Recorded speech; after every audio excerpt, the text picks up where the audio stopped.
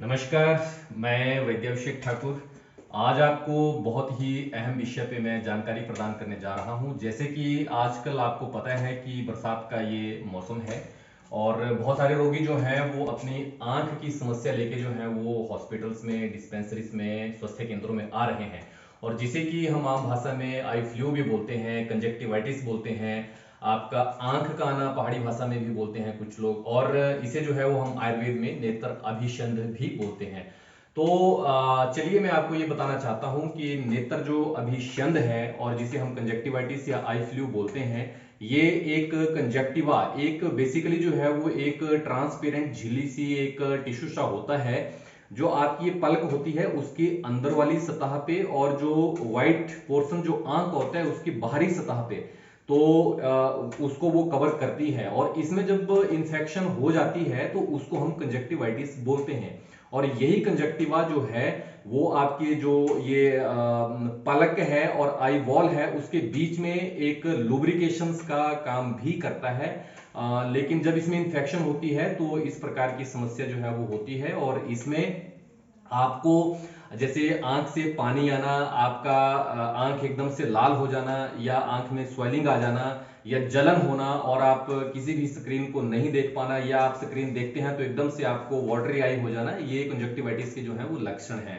तो मैंने आपको ये बताया कि होता क्या है ये कंजक्टिवाइटिस, और आयुर्वेद ने तो बहुत ही वेल फॉर्म तरीके से इसे डिफाइन किया है कि कंजक्टिवाइटिस जो है ये अभिष्यंद जो है, यानी कि अभी अभी means from all directions, all angles, आंखों के चारों ओर से, और शयंद, शयंद होता है एक सेक्रीशंस, या वो वाटरी है या वो स्टिकी है। वाटरी यानी कि एक पानी पूरी आंखों से जो है वो चलता है, या फिर स्टिकी जैसे चिपचिपाहट, जैसे आप सुबह कई बार देखते होंगे कुछ लोग जब आप सुबह उठते हैं तो एक चिपचिपा सा पदार्थ जो है वो आंख के चारों ओर या बेसिकली आपके दोनों एंगल्स पे जो है वो चिपका होता है। उस प्रकार की सेक्रेशन जब आईज से होती है तो इसमें जो है वो नेत्र अभिषंध के लक्षण जो है वो उन्हें माना गया है।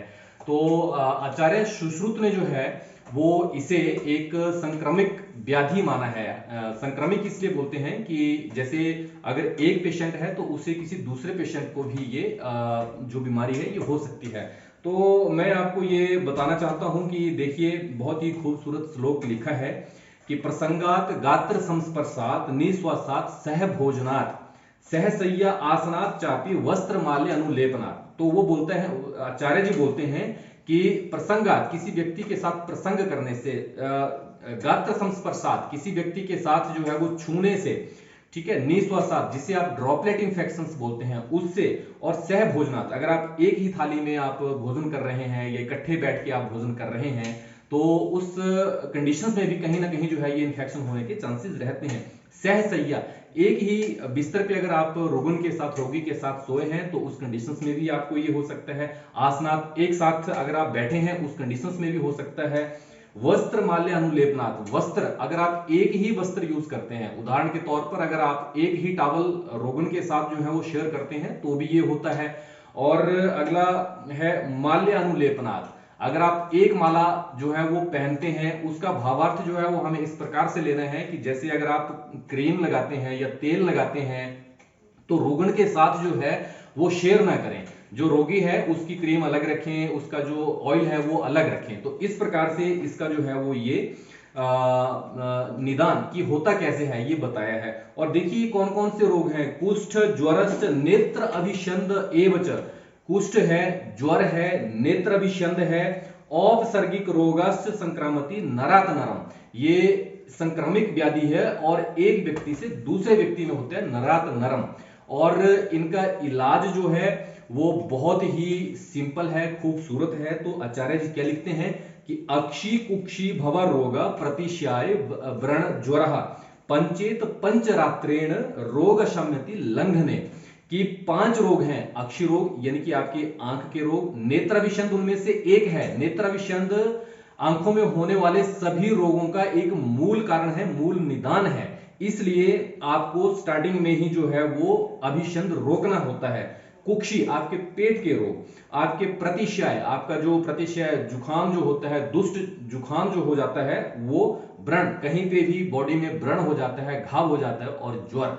तो इनमें ये 5 रोग हैं। इन 5 रोगों में पंचरात्रेण रोगा शम्यति लंघने, आप लंघन करिए, फास्टिंग करिए। आचार्य जी कह रहे हैं 5 रात्रि लंघन करिए, आपकी ये सारे रोग स्वतः ही ठीक हो जाएंगे। अब लंघन की युक्ति मैं आपको प्रैक्टिकली रूप में यहां बता देना चाहता हूं। जितने भी रोगी आजकल ये आई फ्लूज के आ रहे हैं, आप ब्रेकफास्ट में दूध को स्किप कर दें, आप जो है वो दही इत्यादि जो है वो ना लें, आप हल्का भोजन लें और आप सलाद वगैरह ना लें। और जो आप नॉर्मल खाना खाते हैं, अगर आप 3 चपातियां खाते हैं तो 1.5 खाएं या 2 खाएं, और वो अपने आप ही स्वतः लंघन जो है वो हो जाएगा। लंघन करने से आपके जो उत्कृष्ट दोष हैं, बड़े हुए दोष हैं, वो स्वतः ही कम हो जाएंगे। और प्रैक्टिकली मतलब अर्जित अनुभव से मैं ये कहना चाहता हूं, हमने जो देखा है प्रैक्टिकली एक्सपीरियंस से, कि अगर व्यक्ति इसको प्रॉपर वे में फॉलो करता है, ये 5 रोगों वाले जो रोगी हैं, तो 3 से 5 दिन में आपको बेस्ट रिजल्ट जो है वो इसमें मिलता है, अपने आप जो है वो बेस्ट रिजल्ट इसमें आ जाता है। अब इसका जो सबसे ही प्रमुख और इफेक्टिव जो चिकित्सा व्यवस्था है वो मैं आपको बताने जा रहा हूं।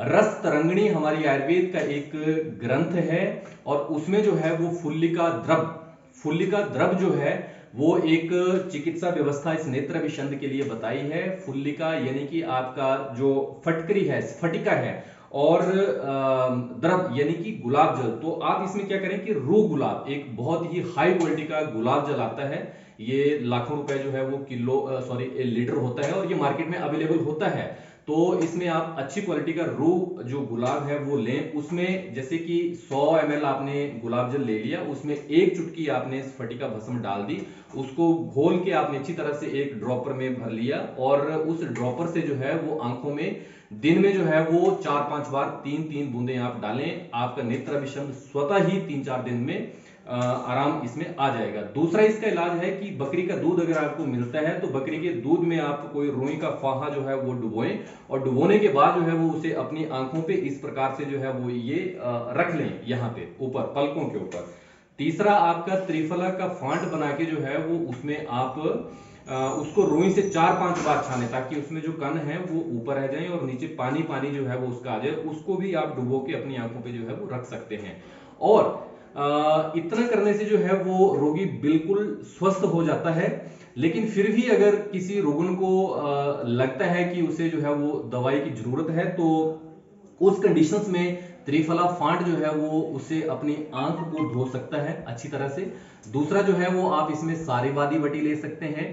तीसरा आप इसमें जो है वो सप्त अमृत लो जो है वो आप इसमें ले सकते हैं। सप्त अमृत लो 2-2 गोलियां आपने सुबह और शाम को लेनी है, त्रिफला घृत के साथ जो है वो आपने लेनी है। और इसमें वासा गलूची कषाय का भी आप सेवन कर सकते हैं।